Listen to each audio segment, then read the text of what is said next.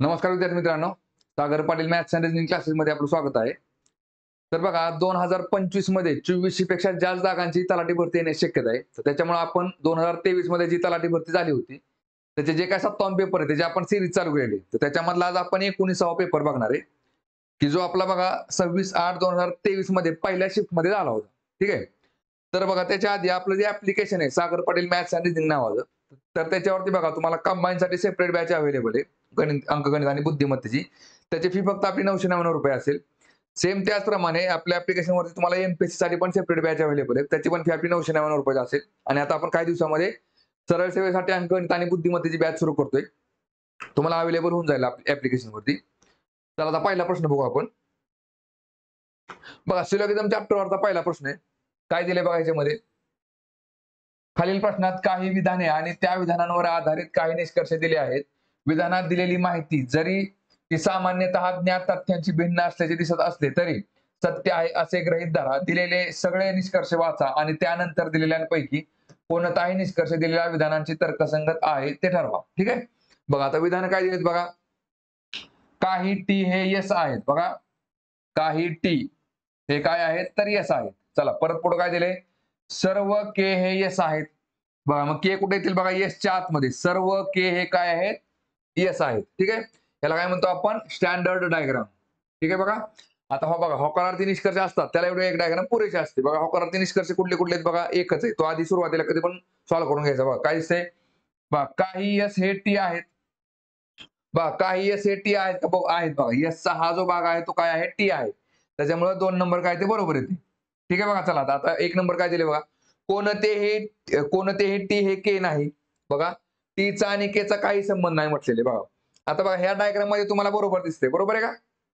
टीचा आणि केचा काही संबंध नाही. पण बघा आता लक्षात घ्या ही झाली स्टँडर्ड डायग्राम. आपण बघा आपल्याला इथं शक्यता काढून चेक करावं लागेल. बघा काय दिले वाक्य. काही टी हे येस आहेत बघा. बरं आता आपलं रिलेशन दाखवायचं कोणाचं टीचं आणि केचं बघा. टी आणि केचं आपण दाखवू शकतो का फक्त तेवढं चेक करायचं. ठीक आहे बघा म्हणून तुम्ही काय केलं तुम्ही एक एक रेस मारून घेतली बघा. काय दिसतंय? काही टी हे येस आहेत बघा. काही टी हे काय दिले येस आहेत. काही टी येस आहेत आणि परत काय दिले सर्व के हे येस आहेत बघा. सर्व के हे येस आहेत. मी असंही दाखवू शकतो बघा. विधानामध्ये जेवढी माहिती दिलेली आहे तेवढी जर माझ्या डायग्राम मध्ये असेल ना तर डायग्राम मी कशीही काढू शकतो. फक्त सुरुवातीला जी डायग्राम काढतो आपण काही वाढीवनं काम करतात त्याला आपण स्टँडर्ड डायग्राम म्हणतो. बाकीच्या सगळ्या काय असतात बघा पॉसिबिलिटीजच्या. पॉसिबिलिटी म्हणजे काय शक्यता. इथे काय झाली शक्यता झाली. बघा मग आता थोडक्यात काय कोणतेही टी हे के नाही बघा. कोणतेही टी हे के नाही इथं बरोबर येते. आणि इथं बघा कोणतेही टी के नाही चुकतंय का कारण इथं काही टी हे के आहेत त्यामुळे इथं चुकतंय. आणि निष्कर्ष हा प्रत्येक डायग्राम मध्ये बरोबर असतो लक्षात घ्या. आता जो बघा आता इथं जो 2 नंबरचा निष्कर्ष आपला बरोबर आला तुम्ही डायग्राम कितीही प्रकारची काढली ना तुम्ही 5 काढा 6 काढा तरी सुद्धा त्याच्यामध्ये 2 नंबरचा हा जो वाक्य आहे काही एस टी आहेत ते बरोबरच येणार लक्षात घ्या. ठीक आहे बघा. आता 1 नंबर काय निघेल चूक निघेल. 3 नंबर बघा काही के हे टी नाहीत बघा. काय म्हटले बघा काही के हे टी नाहीत. इथं बरोबर येते. बरोबर आहे का? काही के हे टी नाहीत बघा. इथं तर एक पण के टी नाही बघा. परत के बघा इथं काय दिसतंय बघा परत के मधला हा जो भाग आहे तो टी आहे का नाही म्हणजे काही के हे टी नाही तिथं पण बरोबर येते. बरं आणखी एक शक्यता काय निघेल बघा ह्याच्यामध्ये बघा. बघा काय दिले बघा काही टी हे येस आहेत. काही टी हे येस आहेत आणि परत काय सर्व के हे येस आहेत. बघा सर्व के हे कोण आहेत? येस आहेत. मी येसच्या आतमध्ये के दाखवलं. बरोबर आहे का? विधानात जेवढं दिलंय तेवढं मी पूर्ण केलंय. मग आता परत वाचा काय दिले बघा. काही के हे टी नाहीत बघा. काही के हे टी नाहीत म्हटले बघा. इथं सर्वच्या सर्व के हे कोण आहेत? तर टी आहेत. त्याच्यामुळे इथं हे 3 नंबर काय ते चुकते. अरे बघा काही के हे टी नाहीत इथं बरोबर आले. काही के हे टी नाहीत म्हणजे हा जो भाग आहे केचा तो टी नाही. इथं पण बरोबर येते. पण इथं बघा केचा सगळा सगळा भाग टी आहे. त्याच्यामुळे काही के हे टी नाही तिथं आपण म्हणू शकत नाही. त्यामुळे ते वाक्य चुकते आणि एका जरी डायग्राम मध्ये तुमचा निष्कर्ष चुकला तर तो निष्कर्ष नसतो तर ते काय असते शक्यता असते. काय निघाले फक्त केवळ निष्कर्ष 2 केवळ निष्कर्ष 2 तर्कसंगत आहे. Option number 4. ठीक आहे. चला पुढचा क्वेश्चन बघू. बघा काय दिले माहिती प्रश्नामध्ये सिरीज चॅप्टरचा क्वेश्चन आहे. A series is given with one term missing. Select the correct alternative from the given ones that will complete the series. ठीक आहे बघा. चला आता या काय निघते बघा एम पासून क्यू हा किती क्रमांकावर आहे बघा. एम पासून क्यू हा NOPQ 4 घरं पुढे गेली की काय ते क्यू येते. चला परत क्यू पासून यू बघा. OPQ RSTU परत 4 घरं पुढे गेले की यू निघते. परत यू आणि वाय मध्ये बघा यू VWXY परत 4 घरं पुढे गेली काय निघते वाय निघते आणि वायच्या परत पुढे 4 घरं मोजा मग काय निघेल बघा वायच्या नंतर झेड असेल परत अल्फाबेट मोजा पहिल्यापासून A B आणि C इथं काय निघेल मग सी निघेल. बघा आता सी इथं आहे आणि सी इथं आहे. ठीक आहे चला आता 2 नंबर चेक करा. O आणि यू मध्ये बघा O आणि यू मध्ये बघा O PQRSTU बघा 6 घरं पुढे गेलं की यू निघते. 2 नंबर अल्फाबेट बघा यू पासून ए बघा यू VWXYZ आणि परत ए म्हणजे परत यूच्या पुढे 6 घरं पुढे गेली की ए निघते. मग एच्या परत पुढे 6 गेलं की जी असणार बघा ABCDEFG बरोबर 6 घरं पुढे गेले की जी निघाला. मग जीच्या पुढे 6 घरं मोजा काय निघेल बघा EFG HIJKL आणि M बरोबर काय निघतंय सी च्या नंतर एम निघेल. बघा सी च्या नंतर एम कुठे फक्त ऑप्शन नंबर 3 मध्ये येतं. ठीक आहे म्हणून आपलं उत्तर येते ऑप्शन नंबर 3. ठीक आहे चला पुढचा क्वेश्चन बघू आता. बघा परत सिरीज चॅप्टरचा क्वेश्चन आहे काय दिले बघा. In the following question select the missing number from the given series बघा काय दिसतंय इथं 10 21 41 बघा 10 21 41 83 आणि 165 आणि इकडे एक्स करा बघा आता काय निघतं ह्याच्यामध्ये बघा 10 गुणिले 2 10 दुने 20 अधिक 1 21 बघा परत 21 गुणिले 2 21 दुने 42 42 वजा 1 41 बघा 41 गुणिले 2 82 82 अधिक 1 83 बघा परत 83 गुणिले 2 किती येते बघा 166 166 वजा 1 165 मग आता इथं बघा गुणिले 2 अधिक 1 गुणिले 2 वजा 1 म्हणजे अधिक 1 वजा 1 असं करायचं आपल्याला. ठीक आहे बघा अधिक वजा आता इथं काय करायचं अधिक करायचं बघा गुणिले 2 किती निघते बघा 165 ची दुप्पट किती आली तर 330 आले बघा 330 अधिक 1 330 अधिक 1 काय निघेल बघा 331 म्हणजे x ची व्हॅल्यू किती निघाली 331. ठीक आहे म्हणजे ऑप्शन नंबर पहिला. ठीक आहे चला पुढचा क्वेश्चन बघू आता. बघा परत सिरीज चॅप्टरचा क्वेश्चन आहे काय दिले बघा याच्यामध्ये in the following question select the missing number from the given series बघा काय निघते बघा याच्यामध्ये बघा 11 11 आणि 2 13 13 आणि 2 15 15 आणि 2 17 इथं सेम बघा काय दिसते तुम्हाला 0 0 अधिक 2 -2 म्हणजे फक्त मायनस मध्ये मायनस चिन्ह देत गेलोय बघा आपण परत -2 च्या पाठीमागे 2 आणि 2 4 निघेल इकडे -4 निघेल परत 4 आणि 2 6 -6 म्हणजे इथं फक्त प्लसच्या ऐवजी मायनस चिन्ह द्या -4 बघा 0 2 4 6 2 2 चा फरक आहे तो पण मायनस मध्ये म्हणजे ऑप्शन नंबर काय निघेल 2 निघेल. ठीक आहे चला पुढचा क्वेश्चन बघू. बघा काय दिसते बघा प्रश्नामध्ये बघा select that missing pair 5th letter cluster आणि 6th लेटर क्लस्टर बघा which is related in the same way as the first letter cluster is related to the second letter cluster बघा पहिल्याचा आणि दुसऱ्याशी जो संबंध आहे तेच काय दिले बघा परत and third letter cluster is related to the fourth letter cluster बघा पहिल्याचा संबंध हा दुसऱ्याशी आहे आणि तिसऱ्याचा संबंध हा चौथ्याशी आहे इथं जसे संबंध दिलेत ना तसा संबंध तुमचा 5व्या आणि 6व्या मध्ये आला पाहिजे. बघा आता मग काय निघते बघा जी आणि बघा पहिल्या 2 मध्ये बघा काय निघते याच्यामध्ये बघा बघा जी EFG बघा EFG बघा ईच्या पुढे किती आहे बघा ई नंतर एफ एफ नंतर जी बरोबर आहे का मग थोडक्यात काय जी पासून ई कुठे पाठीमागे 2 घरे बरोबर आहे का आणि परत बघा एफ पासून आय बघा एफ पासून आय परत बघा EF GHI 3 घरं पुढे गेले की काय ते आय येते पण आयच्या पाठीमागे एफ असल्यामुळे इथं -3 करायचं. ठीक आहे बघा -2 -3 बघा आता इथं काय निघते बघा तेच असेल बघा पहा पीच्या पुढे आर बघा PQR 2 घरं पुढे गेले की आर आहे म्हणजे आरच्या पाठीमागे 2 घरं गेली की पी आणि बघा की आता एच पासून के बघा HIJK 3 घरं पुढे गेले के निघते म्हणजेच काय केच्या पाठीमागे 3 घरं गेले की एच आहे. ठीक आहे बघा म्हणजे -2 -3 आता इथं बघा कशामध्ये निघते बघा टीच्या पुढे व्ही किती क्रमांकावर आहे बघा ST UV बरोबर 2 घरं पुढे गेले की व्ही निघते म्हणजेच काय व्हीच्या पाठीमागे व्हीच्या पाठीमागे टी कधी आहे -2 आहे आणि बघा एक्स आणि यू मध्ये बघा UVWX बरोबर बघा 3 चा फरक आहे म्हणजे एक्सच्या पाठीमागे यू असल्यामुळे -3 करायचं म्हणजे आपलं उत्तर ऑप्शन नंबर पहिला ते दुसरं काय चेक करत गरज नाही. ठीक आहे इथं जे आपल्याला कंडिशन दिलेत त्यांनी काय ह्याच्या आणि ह्याच्यामध्ये किती -2 चा फरक आहे आणि ह्याच्या आणि ह्याच्यामध्ये -3 चा सेम ते झाले. ठीक आहे चला पुढचा क्वेश्चन बघू. बघा सिरीज चॅप्टरचा क्वेश्चन आहे. काय दिले बघा, खाली दिलेली अक्षर शृंखला लक्षात घ्या. त्या शृंखलेत किती अक्षरांच्या लगेचच बघा किती अक्षरांच्या लगेचच नंतर एक व्यंजन येते बघा, नंतर एक व्यंजन येते. परंतु लगेचच आधी एक व्यंजन येत नाही बघा. आधी एक व्यंजन येत नाही म्हणजे कोण असेल, मग स्वर असेल. ठीक आहे बघा. आता बघा इथं काय निघतील बघा, ए ई आय ओ यू. बघा इथं ए ई आय ओ यू आणि इथं सगळे व्यंजन. बरं अक्षर कुठले मग? अक्षरामध्ये मग बघा लक्षात घ्या, इथं आता व्यंजन किंवा स्वर दोन्ही आले तर चालतील असा एक आपण पकडू शकतो. का? कारण इथं मध्ये तुम्हाला फक्त अक्षर शब्द वापरलाय. मग काय कुठलेही घ्या तुम्ही अक्षर, फक्त पाठीमागं स्वर असला पाहिजे आणि पुढे व्यंजन असलं पाहिजे. का मग आता सुरुवातीला आपल्याला स्वर बघा कुठं कुठं दिसतोय बघा.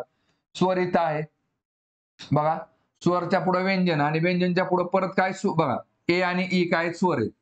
आणि आपल्याला कसं पाहिजे, स्वर अक्षर व्यंजन. बघा स्वर अक्षर समजा हे पकडलं आपण, तर इथं व्यंजन पाहिजे. व्यंजन आहे का नाही हे आपण स्वर आहे, त्यामुळे हे येत नाही. परत स्वर इथे बघा, स्वर इथं एक अक्षर एक्स आहे आणि पी परत व्यंजन आहे. मग थोडक्यात काय बघा ए एक्स पी एक येते. ठीक आहे, चला परत पुढे बघितलं आपण बघा ए ए हा काय आहे, स्वर आहे. परत क्यू व्यंजन, के पण व्यंजन. म्हणजे थोडक्यात के क्यू जर अक्षर पकडला तर के हा व्यंजन आहे का तर आहे.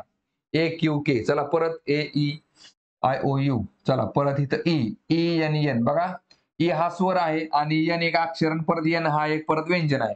म्हणजे बघा स्वर अक्षर आणि व्यंजन बरोबर किती निघतात, 3 निघतात. 3 म्हणजे किती निघते बघा, ऑप्शन नंबर 4. ठीक आहे, चला पुढचा क्वेश्चन बघू. बघा बॉडमा चॅप्टरवरचा क्वेश्चन आहे. काय दिले बघा, by interchanging which to signs the question will be correct. बघा आता दोन कुठले हे आहेत की बाबा ज्यांची आपण आदला बदल केली की बरोबर आपलं उत्तर 60 येते. बघा आता लक्षात घ्या, पहिलं काय भागिले आणि अधिक. बघा पहिल्या पर्यायानुसार जर गेलो आपण, काय निघते बघा, 12 भागिले जागेला अधिक टाकलं 6 आणि 6च्या भागिले किती आलं, 8 आलं. परत गुणिले 2 आणि वजा 16. पुढचं आहे असं. आणि बरोबर किती आलं पाहिजे, 60 आलं पाहिजे. बाकी किती निघते इथं बघा, 6 भागिले 8 गुणिले 2. इथं काय निघेल, 6 भागिले 8 गुणिले 2. काय निघते बघा ह्याच्यामध्ये, बे एके बे आणि बे त्रिक 6. परत 3 एके 3, 3 दोन्ही 6. ठीक आहे बघा, इकडे किती आहे बघा, 12 अधिक आणि इकडे काय निघेल बघा, वजा 16. मग किती निघाल बघा इकडं, 12 अधिक 2 वजा 16. बघा 12 आणि 2 14. 14तनं 16 गेलं, वजा 2 उत्तर येते. त्यामुळे पहिल्याच तर काय उत्तर येत नाही. 2 नंबर चेक करून बघा. चला 2 नंबर काय दिले त्यांनी आपल्याला, अधिक आणि वजा. बघा आता 2 नंबर जर चेक केला आपण, 12 भागिले 6 अधिकच्या जागेला वजा टाकलं 8 गुणिले 2 वजा जागेला अधिक टाकलं 16 बरोबर 60 येते का बघा. इथे एक ब्रॅकेट पडेल आणि इथे एक ब्रॅकेट पडेल. काय निघेल बघा, 6 दुनी 12 2 आलं, वजा 8 दुनी किती आलं बघा 16, वजा 16 अधिक 16. मग वजा 16 अधिक 16 कॅन्सल झालं, राहिले किती 2 उत्तर येते. त्यामुळे 2 नंबरचा पण पर्याय काय ते चुकतोय. 3 नंबर बघा, गुणिले आणि भागिले. काय निघते बघा ह्याच्यामध्ये, 12 भागिले बघा 12 भागिले जागेला गुणाकारात चिन्ह टाका, 6 गुणिले 6 अधिक 8 आणि परत गुणाकारात जागेला भागाकारात चिन्ह टाका, 2 आलं, वजा 16 बरोबर 60 येते का तेवढं चेक करा. बघा इथे एक ब्रॅकेट पडेल आणि इथे एक ब्रॅकेट पडेल. काय निघेल बघा, 12 गुणिले 6 12 सक 72. परत अधिक 8 भागिले 2 किती आलं, 2 चोक 8 4 आलं आणि वजा 16. मग काय निघेल बघा इकडे, 72 आणि 4 झाले 76. 76 वजा 16 बरोबर किती निघते बघा इकडे, 60 निघते. म्हणजे बरोबर बघा ऑप्शन नंबर काय ते 3 येते. ठीक आहे, चला पुढचा क्वेश्चन बघू आता. बघा काय दिले बघा प्रश्नामध्ये, in the following question 2 groups of letters are given. The letters of each group are related with the letter of the same group by some logic rule relation. थोडक्यात काय बघा, 2 ग्रुप दिलेत, त्यातला एक ग्रुप एका काय म्हटले बघा, एका कंडिशनला फॉलो करतोय. चला पुढे काय दिले बघा, from the given alternatives select a group of letters which follows the same logic rule and relation. म्हणजे बघा आता बघा दोन्ही मध्ये वेगवेगळे कंडिशन दिलेत. ठीक आहे बघा, आता ह्याची वेगळी कंडिशन असेल, ह्याची वेगळी कंडिशन असेल. पण बघा लक्षात घ्या, दोन्हीपैकी कुठल्या पण एका ग्रुपला फॉलो करणारा ह्याच्यामधनं आपल्याला काय करायचं, ग्रुप बघायचं. ठीक आहे बघा, आता समजा इथे बघा पहिले जर बघितलं आपण, काय दिसतंय तुम्हाला बघा, ए बी सी. ठीक आहे बघा, आता बघा कंटिन्यू 3 अल्फाबेट इथं कंटिन्यू आहेत का बघा, जे एच आर आहे बरोबर आहे की नाही. ह्याचा अर्थ इथं लागोपाठचे 3 अल्फाबेट त्यांनी दिलेले नाहीत. इथं बघा कुठे दिसतंय लागोपाठचे 3 अल्फाबेट बघा, के एल एम आहे, B C D E F G आणि एच आय जे. म्हणजे फक्त काय ह्याला 4 फॉलो केले थोडक्यामध्ये बघा. ABC म्हणजे थोडक्यात काय KLM पहिल्यांदा. चला ठीक आहे बघा. परत बघा एचा विषय संपला बघा आणि परत शेवटचे दोन अल्फाबेट सुरुवातीला घेतलेत बघा. BC मग इथं काय निघेल बघा LM आहे काय LM आणि BC बघा B आणि C. सीच्या नंतर बघा D येतो नंतर E येतो. मग सीच्या पुढे DE दुसरं घर घेतलंय बघा. एमच्या पुढे MNO बरोबर O घेतलं. चला इथं आलं. चला परत बघा आता काय दिसतंय बघा इथं बघा मधलं जे अल्फाबेट आहे ते सुरुवातीला घेतले. मधला अल्फाबेट काय M ते सुरुवातीला घेतले आणि सीच्या पुढचा अल्फाबेट काय D आहे म्हणून इथं M च्या पुढचं N आहे. M च्या पुढचं N घेतले. बरं आता G बघा D च्या पुढे G कधी असतो बघा ABCD EFG. D च्या पुढे 3 घरं गेले की G येते. N च्या पुढे बघा NOPQ बरोबर 3 घरं पुढे गेले की Q निघते. म्हणजे याच्यामध्ये ऑप्शन नंबर पहिलाच येते बघा.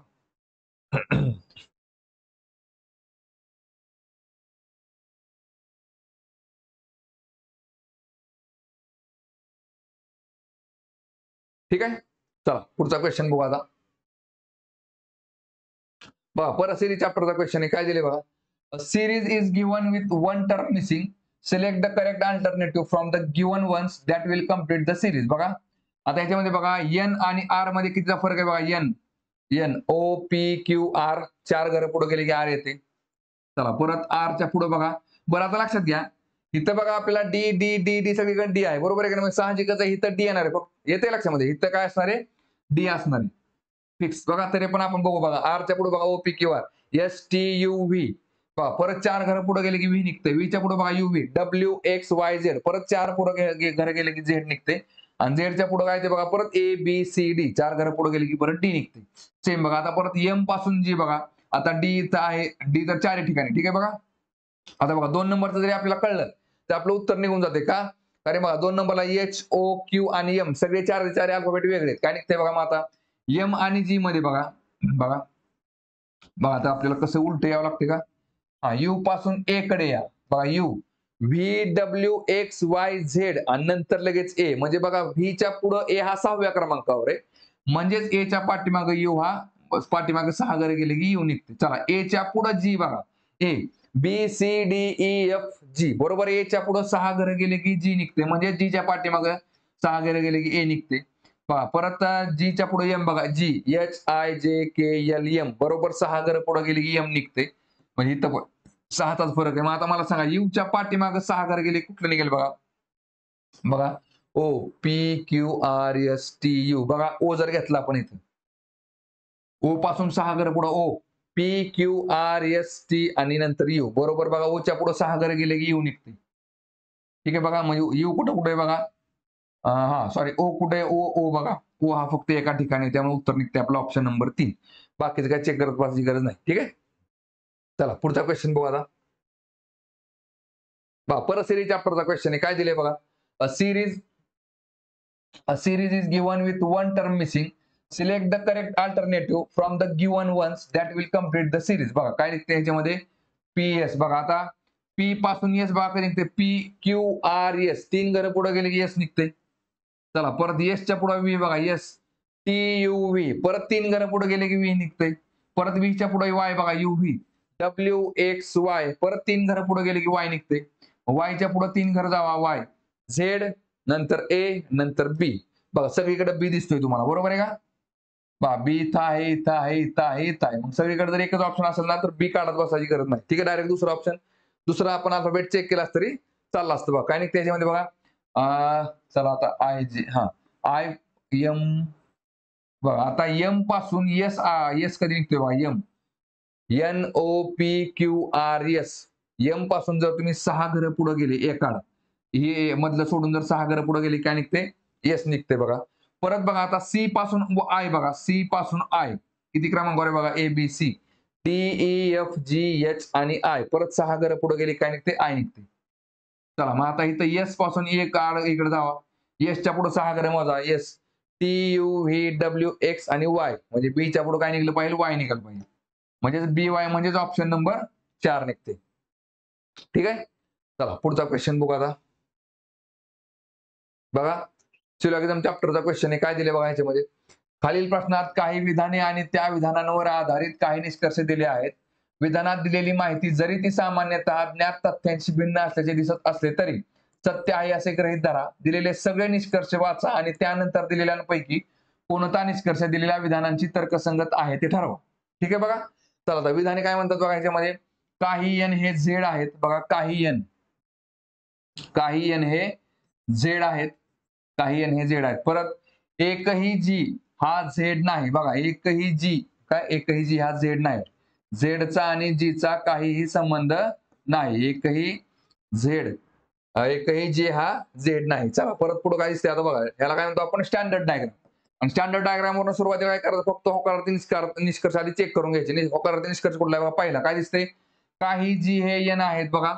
काही g हे n आहेत का. जीचा यांचा काही संबंध आहे का नाही. त्यामुळे पहिलं काय झालं निष्कर्ष चूक झाला. दुसरा चेक करा बघा. एकही z हा n नाही बघा. काय म्हटलंय एकही z बघा. एकही z हा काय म्हटलं n नाही बघा. मग हा पार्ट कशाचा आहे पहा. इथं काही z हे n आहेत दिसते आपल्याला. त्याच्यामुळे हे पण काय ते चुकते. मला सांगा स्टँडर्ड डायग्राम मध्ये जर नकारार्थी वाक्य चुकलं तर तुम्हाला शक्यता काढून चेक करायची गरज नसते. ठीक आहे. त्यामुळे दोन्ही निष्कर्ष काय निघाले चूक निघाले. मग काय निघेल बघा. एकही निष्कर्ष तर्कसंगत नाही म्हणजेच ऑप्शन नंबर 3 येते. ठीक आहे. चला पुढचा क्वेश्चन बघू आता. बघा काय दिले बघा. In the following question select the odd letter from the given alternative. बघा आता डी च्या पुढे जी बघा. ABCD EFG पुढे 3 घरं गेले की जी येते. जी च्या पुढे बघा GHIJ परत 3 घरं पुढे गेले की काय निघते बघा J निघतोय. बघा आता T आणि W मध्ये बघा ST UVW परत बघा 3 घरं पुढे गेले की W निघते. आणि W च्या पुढे बघा WXY आणि Z परत 3 घरं पुढे गेले की Z निघते. पहा मग N आणि Q मध्ये बघा NOPQ 3 घरं पुढे गेले की Q निघते. आणि Q आणि T मध्ये बघा OPQ RST परत 3 घरं पुढे गेले की T निघते. बघा परत S आणि V मध्ये बघा STUV 3 घरं पुढे गेले की V निघते. आणि V च्या पुढे बघा आता X UV WX बघा 2 घरं पुढे गेले की X निघते. म्हणजे बघा सगळीकडे 3 चा फरक आहे. इथं फक्त 3 आणि 2 चा. त्यामुळे ऑप्शन नंबर 4 चुकते. आणि आपलं उत्तर पण काय असणार ऑप्शन नंबर 4च असणार. ठीक आहे बघा. आपल्याला ऑड लेटर बघायचं. 3 सारखे आहेत एक वेगळा आहे. ठीक आहे. चला पुढचा क्वेश्चन बघू. बघा परत अॅनालॉजीवरचा प्रश्न काय दिसतोय बघा. In the following question select the related letters from the given alternative. बघा आता ह्याच्यामध्ये काय निघतंय बघा.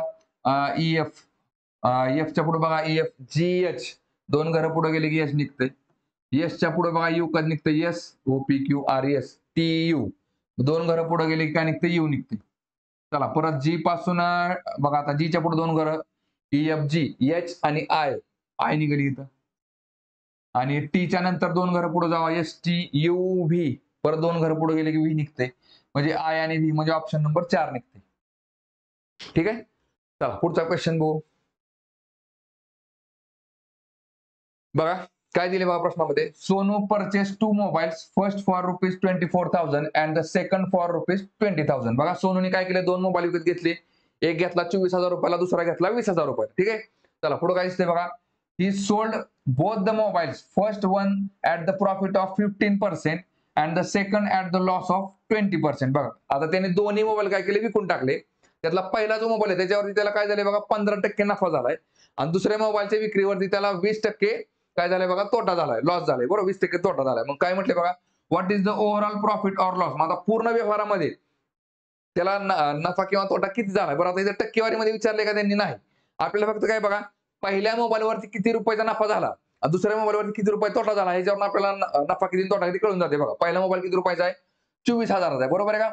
24,000 रुपयावरती 24,000 आपण विकलाय किती रुपये नफ्यामध्ये विकलाय तर 15% नफ्यामध्ये विकलाय. म्हणजे याची 15% व्हॅल्यू किती काढून घ्या.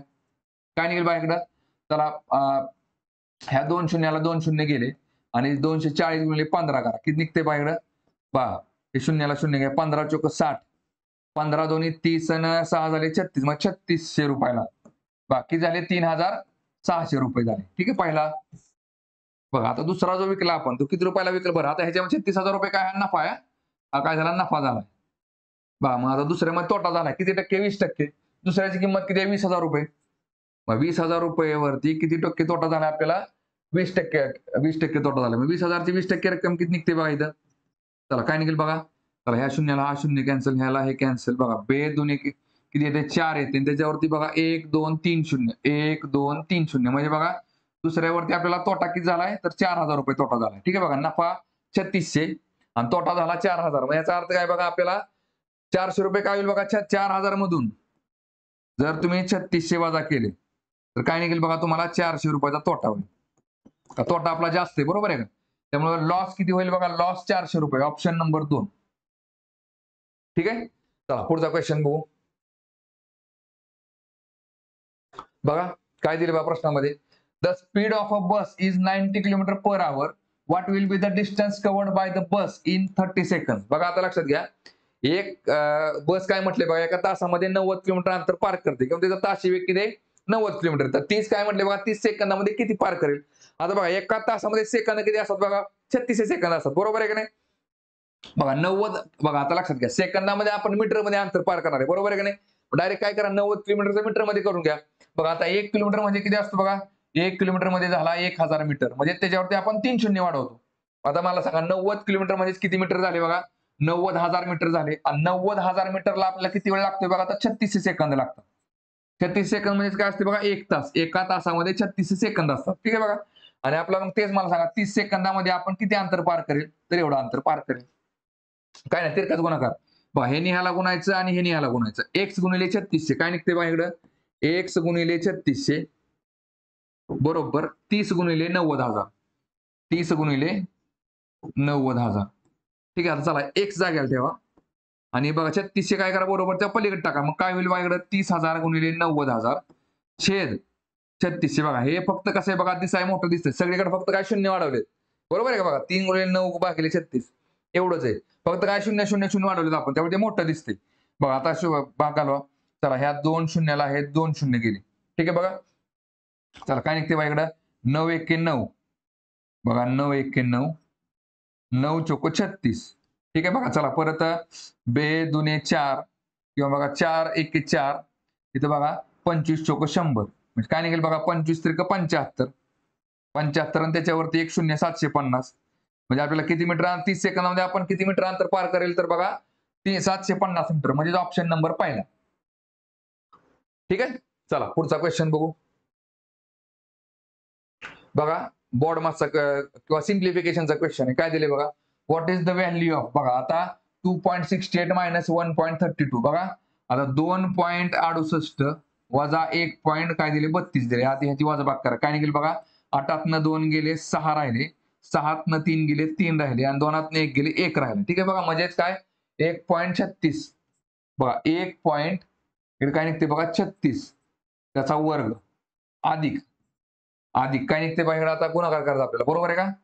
बघा अधिक काय करायचं आपल्याला, गुणाकार करायचा. गुणाकार कितीचा करायचा आहे, 2.68. बघा बघा बरं आधी स्टेप बाय स्टेप जाऊ. अधिक काय निघालं बघा 4 4 गुणिले, बघा इथं एक ब्रॅकेट टाकून घेऊ, आपल्याला इथे एक ब्रॅकेट बसला आणि इथे एक ब्रॅकेट बसला. ठीक आहे. बघा बघा मग आता मला सांगा, 4 गुणिले आपण तात्पुरता ह्याचा गुणाकार करून घेऊ मोठ्या संख्येत. बघा 2.68 2.68 गुणिले 1.32. बघा गुणाकार काय निघेल बघा, 82 16, परत बे सक्क 12 आणि 1 13, परत बे दुने 4 आणि 1 5, इथं शून्य मांडा, परत 3 ने गुणाकार घालावा. चला 3 8 24, 2 बाजूला काढा, इथं 4 आलं. 3 सक्क 18, 18 आणि 2 किती झाले 20 झाले, इथं 2 ला परत 0 आले बघा. परत 3 2 6, 6 आणि 2 किती आले बघा 8 आले.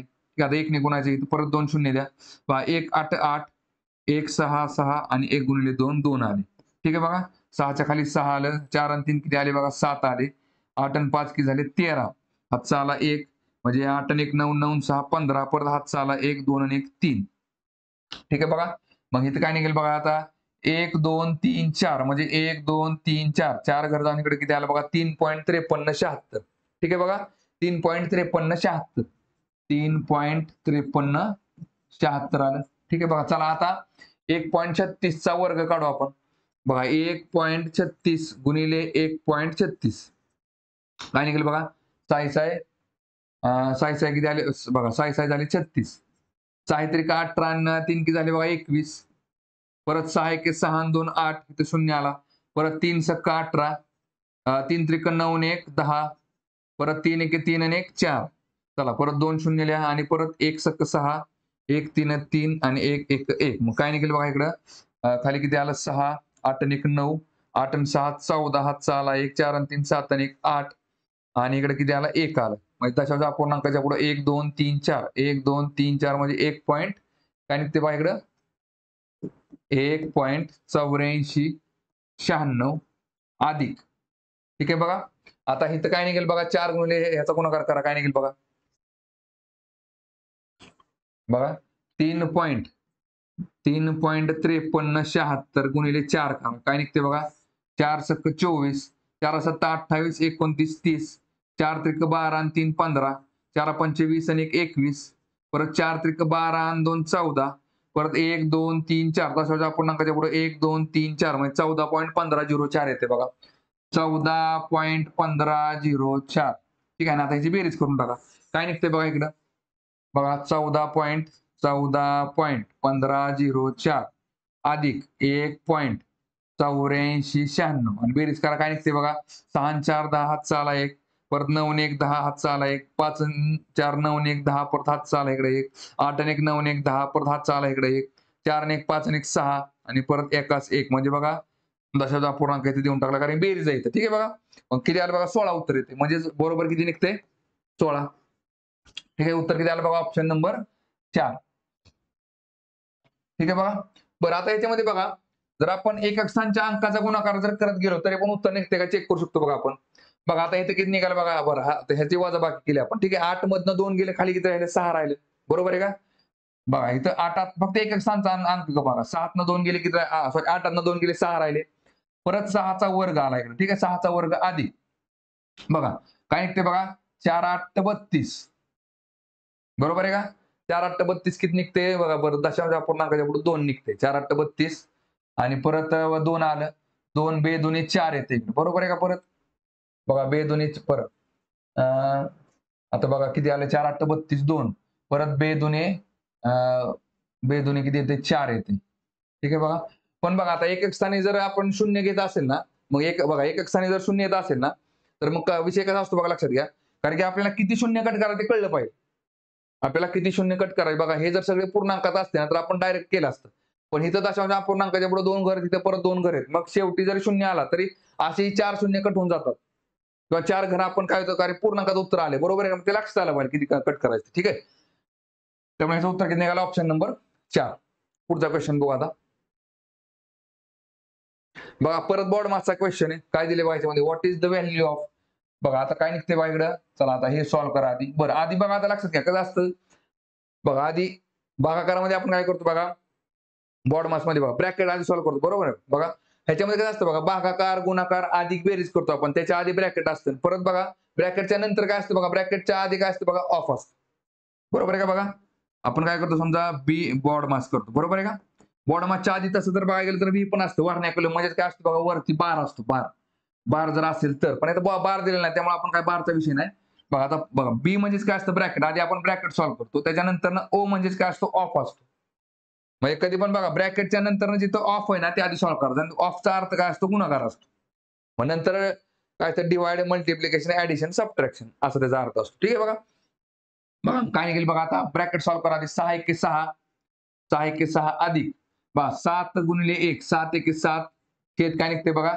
7 सपकून 42 आलं ठीक आहे चला आता ऑफच्या जागेला गुणाकारा चिन्ह टाकलं आपण आणि बघा बरं आता लक्षात घ्या इथं जर गुणाकारा चिन्ह टाकलं तर आधी ह्याला धरून हे सॉल्व्ह करायचं असतं पण बघा लक्षात घ्या इथं भागाकारा चिन्ह आहे बरोबर आहे का भागाकाराच्या जागेला जर आपण गुणाकारा चिन्ह टाकलं ना तर सगळं काय तर उलट होतं सगळीकडे जर आपण गुणाकारा चिन्ह घेणार असेल ना तर काही फरक पडत नाही म्हणजे आपण ऑफ आधी सॉल्व्ह केलं काय आणि डिवाइड आधी सॉल्व्ह केलं बघा गुणाकारा चिन्ह टाकलं मी तिथं काय केलं बघा 42 ला 7 ने भागलं 7 सपकून 42 6 आलं परत बघा भागाकार जायला गुणाकारा चिन्ह टाका आणि उलट करून घ्या 49 छेद 39 49 छेद 39 ठीक आहे बघा इथपर्यंत आला आधी आपण हे सॉल्व्ह करून घेऊ इथं बघा इथून इथपर्यंत काय समजा हे ब्रॅकेट आहे आणि इथून इकडे एक ब्रॅकेट आहे समजा आपण ठीक आहे अधिकचं आपण नंतर सॉल्व्ह करू काय निघेल बघा 7 सपकून 42 सॉरी 7 आणि 6 किती झाले बघा 13 छेद 42 गुणिले इकडे किती आलं बघा 6 गुणिले इकडे किती आले 49 छेद 39 बघा काय निघेल बघा इकडं 13 1 13 13 त्रिक 39 6 1 6 6 7 42 7 1 7 7 7 49 ठीक आहे बघा किती आलं मग 7 छेद 3 येते ठीक आहे बघा 7 छेद 3 आलं बरं आता इकडे परत अधिकचं चिन्ह टाका आणि आता सॉल्व्ह करा काय निघते बघा इकडे 45 भागले 3 किती निघते बघा 15 त्रिक 45 ठीक आहे बघा म्हणजे किती आलं बघा 15 आलं 15 गुणिले काय निघेल बघा आता इथं 27/13 आहे असं ठेवा.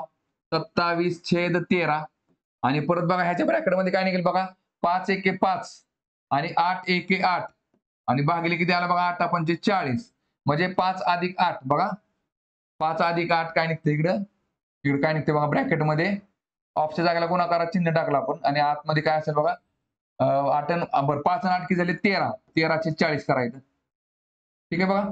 चला आता काय निघेल बघा इथं 703 निघालं. आता हे सॉल्व्ह करा काय निघेल बघा इकडं. चला किती येते बघा 3 5 थांबा एक मिनिट. हा ह्या 13ला 13 कॅन्सल. ठीक आहे बघा 5 त्रिक 15 इकडे 5 40 येते. ठीक आहे बघा 5 40. चला परत पुढे काय निघते बघा इकडं 8 आलं. ठीक आहे बघा परत 27 त्रिक किती येते बघा 27 त्रिक 81 81 छेद किती निघाला बघा 8 निघाला. ठीक आहे बघा 7/3 अधिक 81/8. ठीक आहे बघा माझं काय निघालं बघा 8 7 56 8 7 56 अधिक 81 गुणिले 3 करा 3 1 3 3 8 24 बघा छेद किती आला बघा 8 त्रिक 24 बघा मग पुढे काय निघते बघा इज इक्वल टू 243 आणि अधिक 56 काय निघते बघा 6 आणि 3 9 5 आणि 4 9 आणि 2 मग 299 299 छेद किती निघते बघा इकडे 24.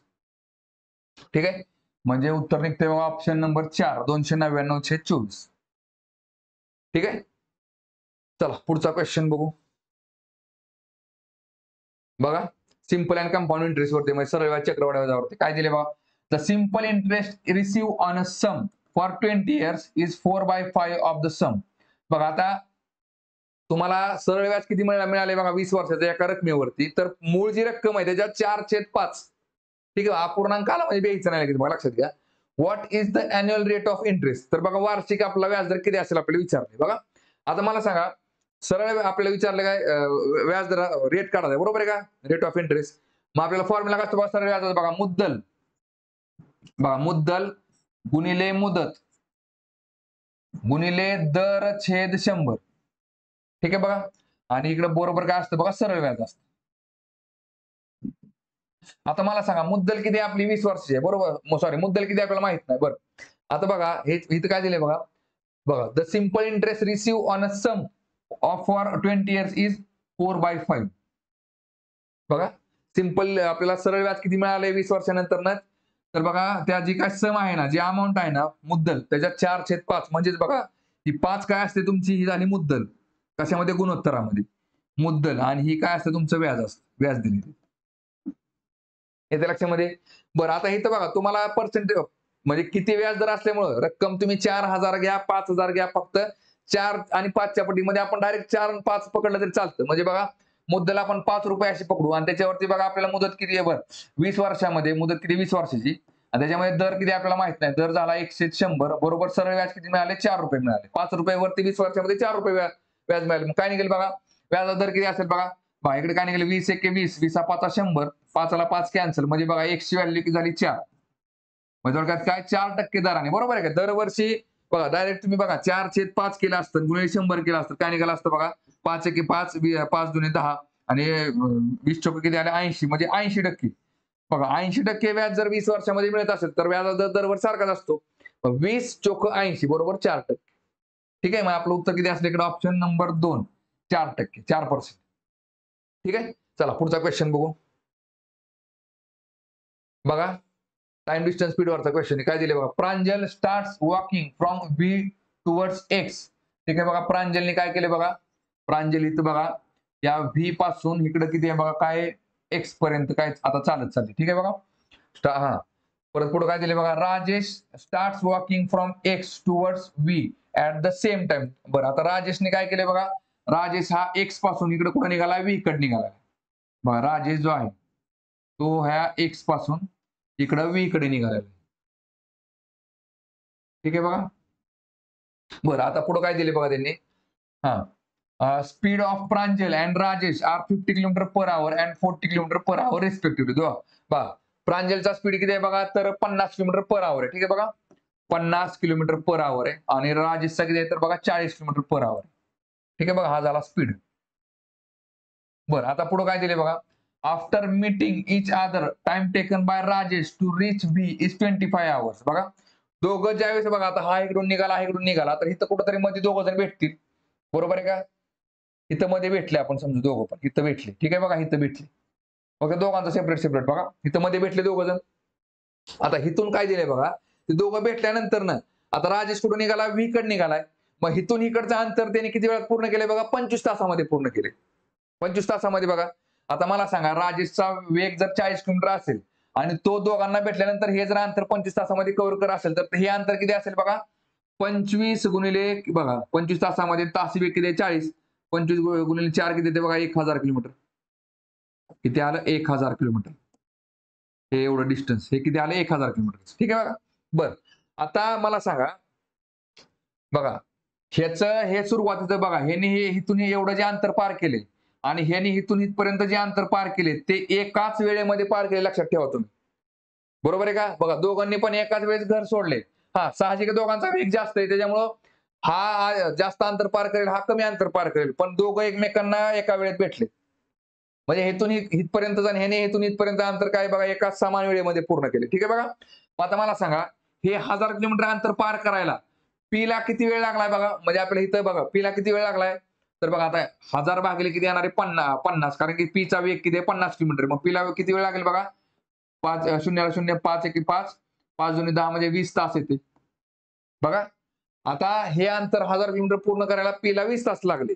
मग हिथलं पण अंतर आर ने 20 तासामध्ये पार केलेले. बरोबर आहे का? का दोघं पण एकाच वेळेस घरातून बाहेर निघालेत.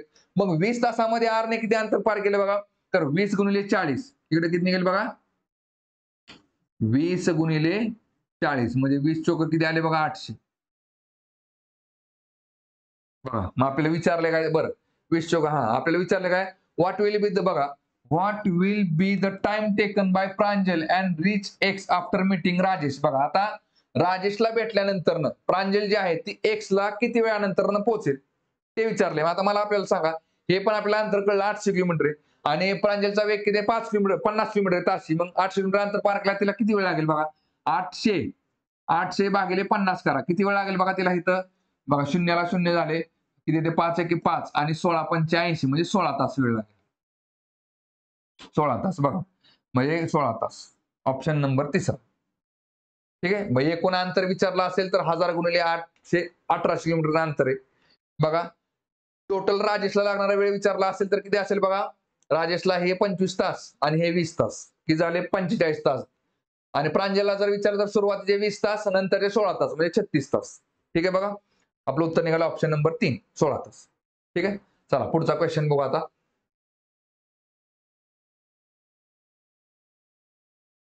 बघा काय दिले बा प्रश्नामध्ये what is the compound interest for 1 year on a sum of ₹500 at the annual rate of 20% compounding half yearly. बघा आता रेट ऑफ इंटरेस्ट आपला किती आहे बघा तर 20%. बरोबर आहे का म्हणजे 12 महिन्याचा व्याज दर आपला 20%. पण जे व्याज आपण एका वर्षाला घ्यायचं त्याच्याऐवजी ते आपण कधी घेणार आहे तर हाफ इयरली म्हणजेच काय 6 महिन्यानंतर.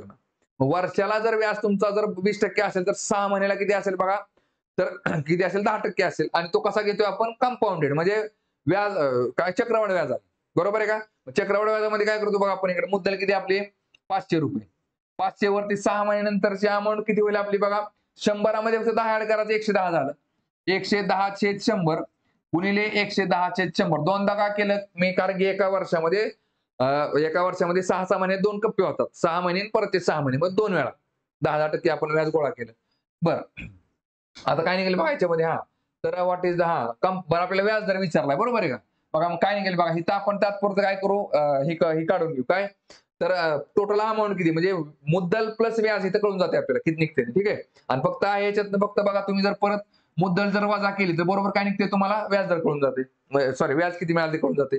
काय निघेल बघा याच्यामध्ये बघा ह्या शून्याला हा शून्य गेला परत ह्या शून्याला हा शून्य गेला परत ह्या 2 शून्याला हे 2 शून्य गेले म्हणजे 5 गुणिले 11 गुणिले 11 वजा 500 मला सांगा 11 गुणिले 11 किती झाले बघा 5 गुणिले 121 आणि वजा इकडे किती आहे 500 परत बघा 121 गुणिले 5 करा 121 गुणिले 5 जर केला आपण तर 5 1 5 5 2 10 5 1 5 आणि 6 605 मग 605 वजा आपल्याला किती करायचे 500 करायचे. बघा मग किती निघते बघा इकडं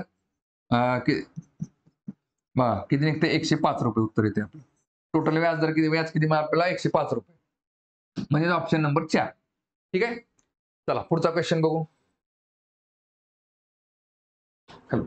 बघा काय दिले बघा प्रश्नामध्ये, बघा नळ टाकीवरचा क्वेश्चन आहे. बघा काय दिसतंय, 2 pipes can fill a tank in 40 hours and 48 hours respectively and outlet pipe can empty 35 gallons of water per hour. बघा 2 पाईप आहेत जे पाईप भरतात, टाकी भरतात.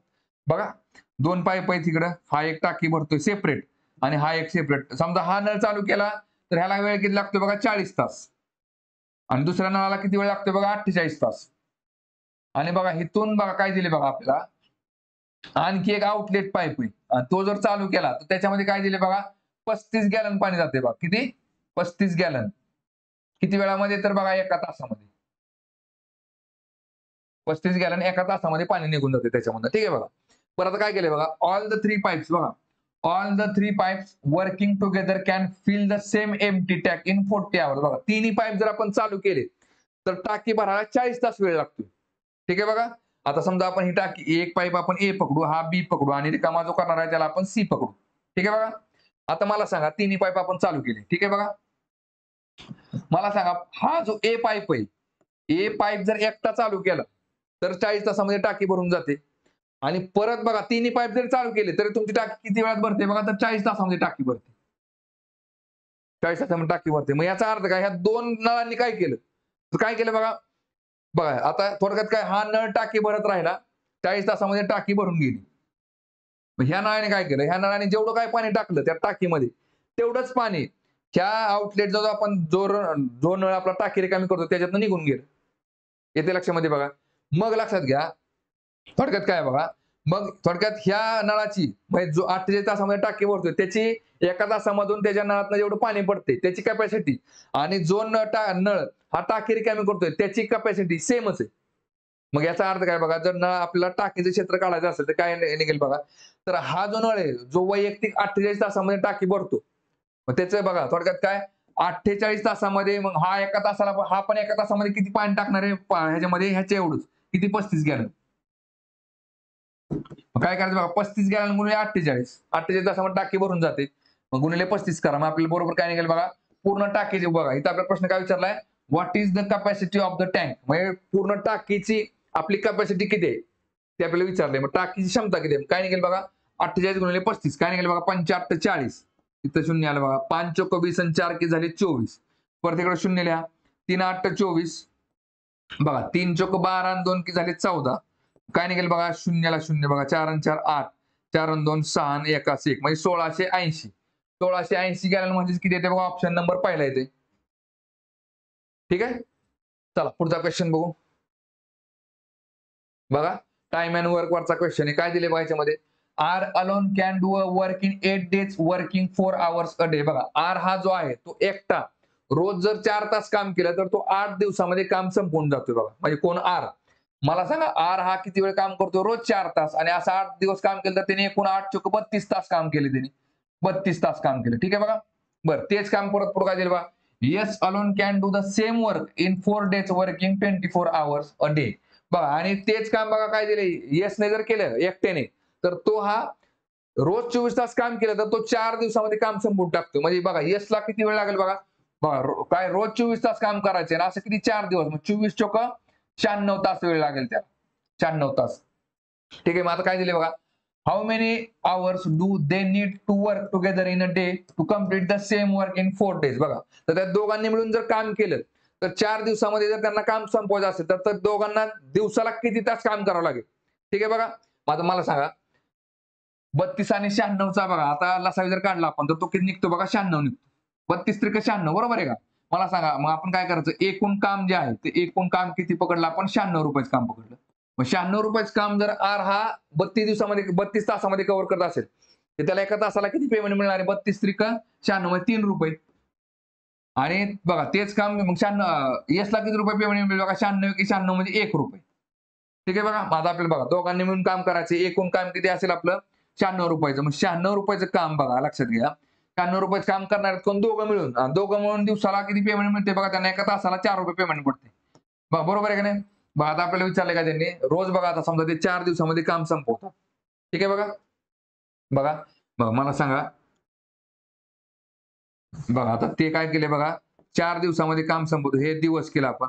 4 दिवसामध्ये रोज त्यांना 1 तास काम करावं लागेल. हे 1 तास पकडले आपण. ठीक आहे बघा 1 तास. बघा आता मला सांगा ₹96 जर काम करायचं असेल, तर त्यांना हे एकूण काम, तर बघा त्यांना एक्स दिवस सॉरी किती 4 दिवस लागतील. 4 दिवसात काम संपवायचे. 4 दिवस गुणिले काय ते बघा 4 दिवस 4 दिवसात जर त्यांनी काम केलं, तर किती त्यांना बघा तर एक्स माणसे लागतील. सॉरी 4 दिवसामध्ये रोज 1 तास काम करावं लागेल आणि दिवसाला पेमेंट एका तासाला पेमेंट किती त्यांना ₹4.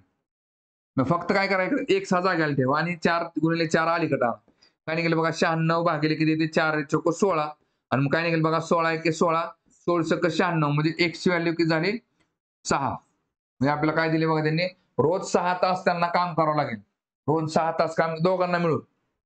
तर ते काम 4 दिवसामध्ये संपून जाईल. ठीक आहे. चला पुढचा क्वेश्चन बघू. बघा काय दिले बघा प्रश्नामध्ये. Selling price of an article is 792 and profit percentage is 20%. If selling price is 500 then what will be the loss percentage? ठीक आहे बघा. आता लक्षात घ्या 792 जी आहे ती काय बघा नफा झालेली रक्कम आहे. बरोबर आहे. एक वस्तू विकल्यानंतर ना नफा किती झाला बघा ₹792 विकल्यानंतर तुम्हाला 20% नफा झाला. आणि प्रश्नात काय दिले बघा जर तीच वस्तू जर तुम्ही ₹500 विकली तर तुम्हाला किती टक्के तोटा होईल. ठीक आहे बघा. बरं आता डायरेक्ट बघा आपण 792 ही 120% रक्कम आहे तर 500 म्हणजे किती टक्के करू शकतो. पण काय होते बघा लक्षात घ्या. वजाबाकी करावं लागला आणि वजाबाकी कशी आली तुमची पर्सेंटेज मध्ये आली. ठीक आहे बघा. किती आली तुमची पर्सेंटेज मध्ये आली. बरं आता बरं आपण काय करू बघा आता डायरेक्ट खरेदी किंमत किती आहे ते आधी काढून घेऊ म्हणजे आपल्याला कॅल्क्युलेट करायला सोपं जाईल. बघा काय निघेल इकडं बघा आता बरं बघा खरेदी किंमत बघा खरेदी किंमत प्लस काय असतो बघा नफा बरोबर काय असते तुमची विक्री किंमत असते. विक्री किंमत बघा आता खरेदी किंमत किती आपली माहित नाही आपण एक्स पकडली. नफा किती बघ खरं बघा सॉरी खरेदी किंमत आपल्याला किती असते बघा 100% असते टक्क्यामध्ये. टक्क्यामध्ये 100% झाली आणि नफा किती झाला तुम्हाला 20%. मग नफा झाला इकडे 20%. कारण की नफा कधी पण आपण खरेदी किमतीवर काढतो. मग विक्री किंमत किती झाली तुमची 120% झाली. मला सांगा 120% ही जर रक्कम तुमची 792 असेल 792 असेल तर तुमची खरेदी बघा हे 100% म्हणजे किती ते आधी काढून घ्या म्हणजे त्याची खरेदी किंमत किती आहे कळून जाईल आपल्याला. काय निघेल बघा इकडे मग एक्स गुणिले 120 बघा एक्स गुणिले 120 बरोबर 792 गुणिले 100 बघा 792 गुणिले 100. मग आता जर आपण एक्स जागेला ठेवला तर 120 हा बरोबर त्या पलीकडे टाका काय होईल बघा 792 गुणिले 100 छेद किती आला इकडे 120 आला. मग काय निघेल बघा इकडं चला ह्या शून्याला शून्य गेला. चला काय निघते बघा 12 एके 12 12 सक्क 72 72 आणि 7 79 7वर 2 परत 72 झाले 12 सक्क 72 म्हणजे x ची व्हॅल्यू काय निघेल बघा 66 गुणिले 10 झाले 666. ठीक आहे बघा झाली खरेदी किंमत आणि आपल्याला विकले कितीला बघा आपण ₹500 म्हणजे आपल्याला लॉस झालाय किती रुपयाचा तर बघा 660 मधनं 500 गेले ₹160 तुम्हाला नुकसान होणार आहे. परत काय करायचं बघा तोटा कसा असतो बघा तोटा परत खरेदी किमतीवर असतो म्हणजे काय बघा खरेदी किंमत वजा तोटा बरोबर काय असते तुमच्याकडे विक्री किंमत असते. मला सांगा खरेदी किंमत आपली किती दिली बघा त्यांनी बरं आता लक्षात घ्या कधी कधी कसं असतं खरेदी किंमत आपल्याला माहिती आहे टक्केवारीमध्ये 100% असते. आता मी इथं टक्केवारीमध्ये काय घेतलं कारण मला प्रॉफिट किती झालं ते माहिती आहे. खरेदी किंमत 100% प्रॉफिट 20% म्हणून 120% विक्री किंमत तिन्ही मला टक्केवारीमध्ये कळून गेलं. आता इथं टक्केवारीमध्ये आपण मांडू शकतो का लगेच नाही मांडू शकत. टक्केवारी तर विचारली ना आपल्याला संख्या माहिती आपल्याला संख्या इथे माहिती संख्या म्हणजेच काय खरेदी किंमत किती आपली ₹660 खरेदी किंमत आपली किती आहे ₹660 तोटा किती झाला बघा आपल्याला इथं बघा आता मला सांग खरेदी किंमत ₹660 विकायची किती रुपयाला तुम्हाला ₹500 ₹500 जर विकायची असेल तर तोटा किती असेल मग ₹160 असेल सरळ सरळ कळते ना आपल्याला. ह्या तिन्ही संख्या इथे कळल्या तुम्हाला मग आता ठीक आहे आता मग टक्केवारी मांडून घ्या. बघा खरेदी किंमत कधी पण किती असते तुमच्याकडे 100% असते. प्रश्नात विचारलाय का त्यांनी तर आपल्याला जर ती वस्तू जर ₹500 विकली तर तोटा किती होईल म्हणजे ₹160 तोटा झालाय पण तो टक्केवारीमध्ये किती आहे 666 म्हणजे 100% तर 160 म्हणजे किती एक्स करा इथं तिरकस गुणाकार करा मग एक्स गुणिले 666 बघा काय निघेल इकडं बघा एक्स गुणिले 666 बरोबर 100 गुणिले 160 100 गुणिले 160 मग एक्स जागायला ठेवा आणि 666 बरोबर त्या पलीकडे टाका म्हणजे काय होईल बघा 100 गुणिले 160 छेद 666 काय निघेल बघा इकडं चला शून्याला शून्य गेला. ठीक आहे चला परत किती येते बघा 2 16 2 6 2 6 म्हणजे 100 गुणिले 8 किती झाले बघा 800 झाले 800 छेद किती येते बघा 33 33 ने भागाला काय निघते बघा इकडं 33 एके 33, 33 दुने 66 येते. 33 त्रिक 99 येते. 33 दुने बघा काय आलं 66 आलं. 66 80 मधनं 66 गेले खाली आले 14. 14 वरती शून्य दिला की झाले 140 झाले. मग 140 मला सांगा आता 2च्या या पटीतलं उत्तर कुठलं तर 25% किंवा 24.24. पण मला सांगा 33 ने 800 ला पूर्ण भाग जाणार आहे का नाही? बरोबर आहे की नाही? म्हणजे आपलं उत्तर 24.24 असणार आहे. एवढं तर कळून जाते. तरी आपण कॅल्क्युलेशन करू बघा. 33 गुणिले 8 झालं 66. खाली राहिले 140. बघा नसेल लक्षात येत तर काय करा डायरेक्ट 800 भागिले किती करायचं? 800 भागिले 33. मग काय ते बघा 33 दुने 66. खाली किती आले? 14. 14 वर शून्य दिले 160. बघा परत 33 चोक. 33 चोक किती निघेल बघा? 33 चोक 4 त्रिक 12. 4 त्रिक 12 आणि 1 13 म्हणजे 132. म्हणजे किती आलं बघा 132 आलं. 140 मधनं 132 गेले खाली राहिले किती 8. ठीक आहे बघा मग इथं शून्य द्या परत. मला सांगा वरती पण 8च आलं होतं. मग इथं ह्या 8 वर शून्य दिले 80 झाले. मग 33 दुने परत किती झाले बघा 66. इथे एक शून्य द्या. पॉईंट दिला की एक शून्य वाढवला. मग 33 दुने 66 म्हणले किती काय आलं? परत 14 आलं. 14 बरं आता दशांश अपूर्णांकाच्या पुढे प्रत्येक वेळेस आता शून्य देत बसायचं गरज नाही. इथे एक शून्य दिला. परत 33 चौक किती येते बघा 132 आताच बघितलं आपण. परत बाकी राहिले किती 8 म्हणजे काय 24.24 24 24 24 हे आज उत्तर येत राहणार आहे. म्हणजे आपलं उत्तर किती असलं बघा ऑप्शन नंबर 2. ठीक आहे चला पुढचा क्वेश्चन बघू. बघा काय दिले बघा प्रश्नामध्ये 7 friends spent 24 each on a project at the 8 friends spent 42 more than the average expenditure of all 8 of them.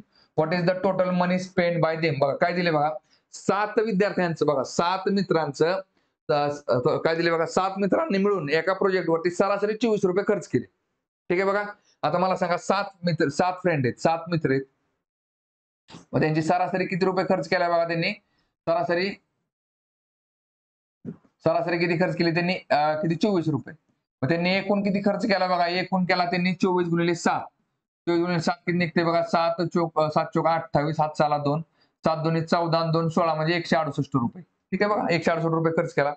आता 8वा व्यक्ती ज्यावेळेस आला त्याच्याकडे साहजिक त्याने अमाऊंट जास्त खर्च केलेली आहे आणि ते पण किती बघा 8वा व्यक्ती आल्यामुळं जे काय त्यांचं ऍव्हरेज तयार झालं येते लक्षात ऍव्हरेज जे वाढलं त्यांचं तर त्या ऍव्हरेज समजा त्याने जी सेपरेट वैयक्तिक रक्कम खर्च केली ती त्या ऍव्हरेज पेक्षा पण 42 रुपये जास्त ऍव्हरेज पेक्षा 42 रुपये जास्त. मग आता ते गणित कसं मांडतो बघा आपण बघा 8 व्यक्तींची एकूण बेरीज किती असेल बघा 8 व्यक्तींची बघा आता बघा इथं 8 मित्र आहेत त्यांचं सरासरी पकडले आपण x.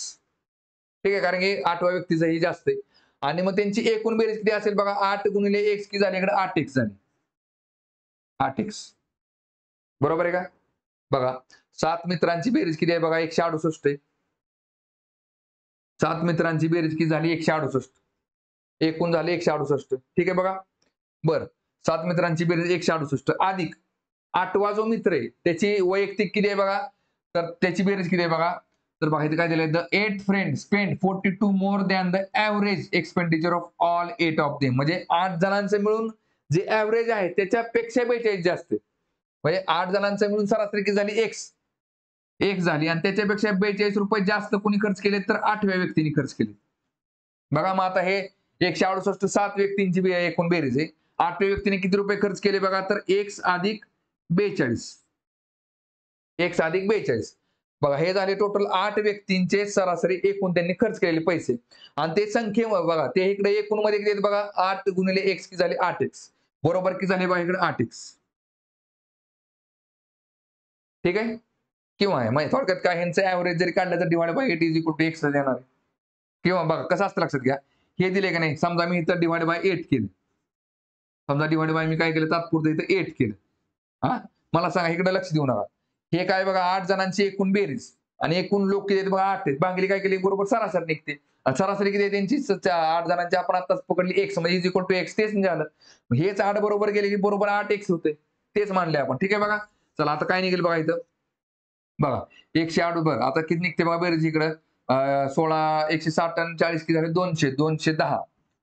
210 अधिक x बरोबर किती येते 8x. मला सांगा आता हे x बरोबरच्या पलीकडे गेलं तर काय होईल बघा 210 बरोबर 8x वजा x होईल. मग आता काय होईल बघा इकडं 210 बरोबर किती आले बघा 7x झाले आणि x ची व्हॅल्यू काय असेल बघा 7 बरोबरच्या अलीकडे ना 210 छेद 7 म्हणजे किती निघते बघा इकडं 7 एके 7, 7 त्रिके 21 म्हणजे किती आले? 30 आले. मग टोटल ऍव्हरेज किती झालं बघा? 30 झालं. आणि प्रश्न कुठे विचारला त्यांनी आपल्याला? What is the total money spend by them? 8 जणांनी मिळून किती पैसे खर्च केले? तर 8x. मग किती येते बघा? 8 गुणिले 30, 8 त्रिके 24 म्हणजे 240 रुपये. म्हणजे उत्तर येते आपला ऑप्शन नंबर 3. ठीक आहे. चला पुढचा क्वेश्चन बघू. बघा बॉडमा चॅप्टरवरचा क्वेश्चन आहे. काय दिले बघा? What is the value of? बघा आता 1728 भागिले 144 काय निघते बघा? 1728 भागिले 144. चला गुणिले काय निघते बघा? 171 छेद 19. बरं आता मला सांगा इथं जर बघा 19 9 किती असते बघा? 171 असते. कारण की बघा 171 मध्ये 19 ऍड केलं की बरोबर काय निघते? 190 निघते. म्हणजे 19 10 190. म्हणजे 19 9 किती आलं बघा? 171 9 वजा बघा 13 गुणिले 6 बरोबर आहे का? बघा 19 1 19 19 9 171 13 1 13 13 का 88 म्हणजे 9 वजा 6 येते. आणि परत बघा इकडं बरं आता हे 144 1728 भागिले 144 आपण इथंच भाग घालू लगेच. म्हणजे एक स्टेप वाचला आपली. काय निघते बघा याच्यामध्ये बघा. बघा 12 गुणिले 12 किती आलं? 12 12 44. 12चा वर्ग. ठीक आहे बघा. परत 12 1 12 12 आणि 5 17 5 वर 2 52 झालं. 12 चोक 48 48 आणि 4 52 4 राहिले 4 वर 8 48 झाले 12 चोक 48. पहा परत 12 1 12 12 आणि 12 44 12 येते इकडे. म्हणजे इकडे काय निघेल बघा 12. 12 गुणिले 9 वजा 6 आणि इकडे काय निघते बघा परत बघा काय निघते 4 ने भागाला 4 त्रिक 12 4 दुनी 8 4 दुनी 8 आणि 2 10 4 पंचे 20 आणि 2 22 4 सक्क 24 परत काय निघते बघा परत 4 8 32 4 सक्क 24 आणि 1 25 4 चोक 16 परत 8 1 8 8 8 64 म्हणजे किती निघाला बघा 8 निघाला. म्हणजेच वजा किती निघते इकडे 8. बघा आता 12 गुणिले 9 6 गेले 3 राहिले आणि इकडे वजा किती निघते 8. बघा 12 त्रिक 36 36 वजा 8 केलं तर काय निघते बघा इकडे 28 निघते. म्हणजे आपलं उत्तर काय निघालं? Option number 4 28. ठीक आहे. तर बघा थांबू आता आपण या ठिकाणी.